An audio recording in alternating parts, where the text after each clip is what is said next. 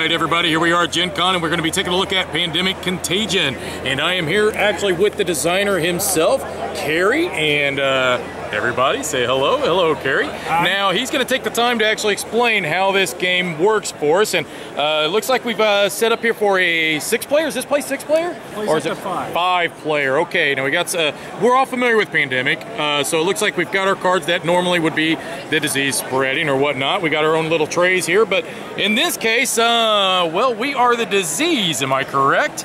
That is correct. All right. So, in 2 words, this game is like reverse Pandemic. And what you're doing is instead of trying to play cooperatively, it's competitive. And instead of an expansion, it's a standalone.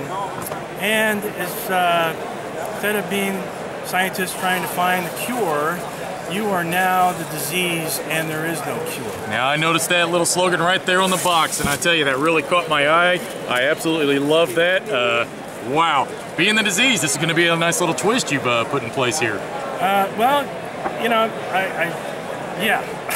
Yeah. So you want to explain on how the game works for us? Sure, I can do that. So essentially explain the components of the game first. What we lay out here in the setup is depending on the number of players. For a 4-player game, we have 8 cards, or 9 cards, excuse me. 5-player, we have 10 cards. And what you're trying to do is spread your disease into these cities. And if you notice on the top, there's a number that actually is the millions, approximate number of people in that city. So when the number of diseases in that city equals the number that's on top, then the city is considered infected and you cannot play any more cubes because there's no one left to infect.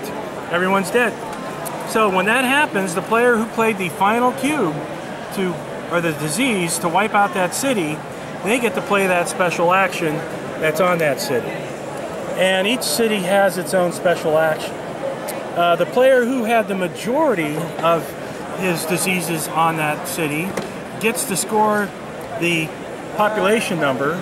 The second and third place players score the other numbers on there. In the event of a tie, the player who played first always goes on the top line, and the players that go after always play on the next line down, so that if there's a tie, the player who played in that city first wins the tie.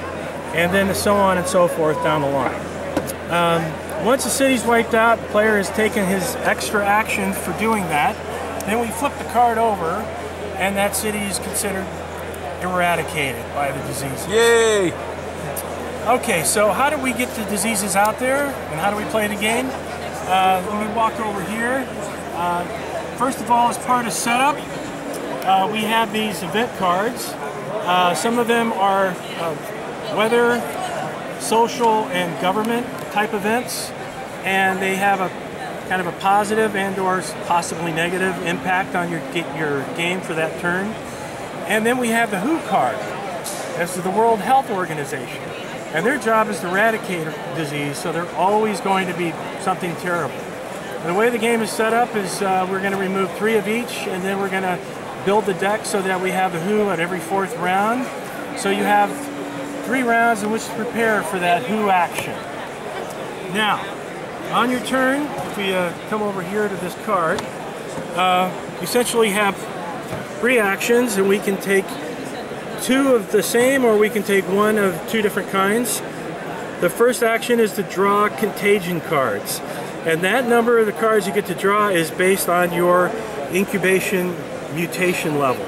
So I'm at level 1, I would get to draw 1 more card into my hand of cards. And these are what I have to play to spread my infection. The other action I can do is to infect a city. And as I talked about earlier, these play a card. If I have a city that I already infect, then I can play 1 card and I can place another disease in there. But the number of diseases is based on my infection mutation level. So the higher that is, then the more diseases I can play into that city. So it's critical that you build your mutations while you're spreading disease. Now, if I have not infected that before, then I need 2 cards of that color, and then I can place one in there. Okay. However, it's possible I don't have the colors I need. So if I play 2 cards of any color, then that equals any color that I like, and I can go ahead and place 1 cube there. Kind of like a wild. Yep.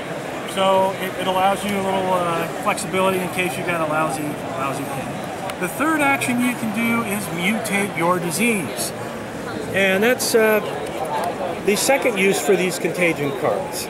So in order for me to go to level 1 to level 2, I'm going to have to pay 2 cards, or discard 2 from my hand, and they can be any cards that I want, any color. And I go ahead and discard those, and then I can move this up to the next level. I could, if I want, as a second action, I can go up another level. That's going to cost me 3 cards. And now on my turn, instead of drawing 1 card at a time, I can draw 3 cards into my hand on my next turn. All right, so the one mutation I haven't talked about is your resistance. And the resistance is your way of trying to stop the humans from their actions to try and eliminate you.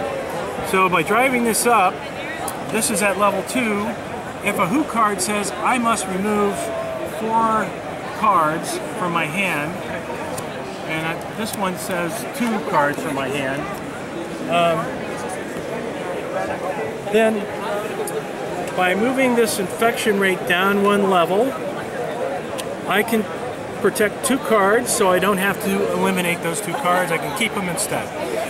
But if I feel like the cards aren't that important, maybe I got a big handful of them, I can go ahead and lose those 2 because I want to use that later. Who knows? It's up to you.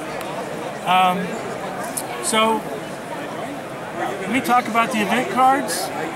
Every turn and the very first turn, we're going to reveal an event card. And on our turn, we're going to do whatever that event says. In this case, the event says hand washing awareness, and you must discard 2 Contagion cards. This is where the resistance could help you. In this case, we have another one that says tourism on the rise. I may add an extra disease cube when infecting a new city. So some of these are helpful and some of them are not. We notice that we have these symbols. This one is a new city is revealed. So we would pick a new city card and we would place it face up. That adds a little change to the game. Maybe you can have that color and now you can go for it. We have the skull and crossbones. When 2 skull and crossbones appear, then we have a mid-game scoring round. And a mid-game scoring round is fairly simple. The player who has the most of that disease in that city scores the lowest number, and he's the only person that scores. So in this case, purple would score 2 points on the score track, and yellow would score nothing.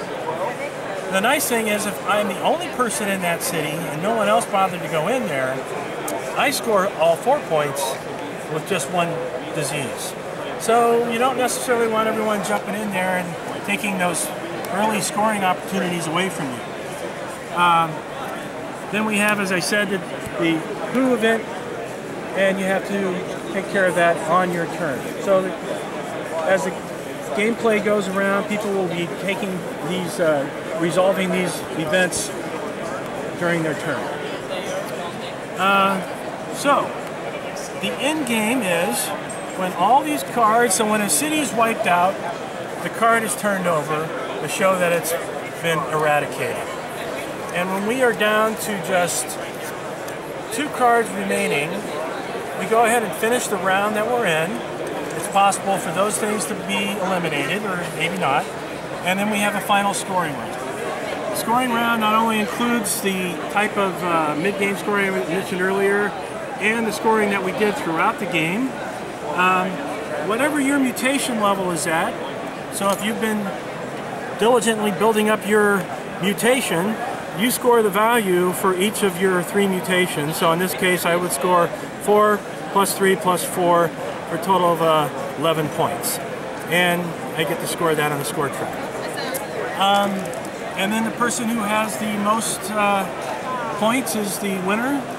and had the deadliest disease to wipe out mankind. May he rest in peace. Wonderful job, Kerry. We really appreciate your time. Thank you very much. Thank you. Griffin Gaming, from new releases to pre-orders. Griffin Gaming. Enter in promo code GreyElephant for 5% off your order.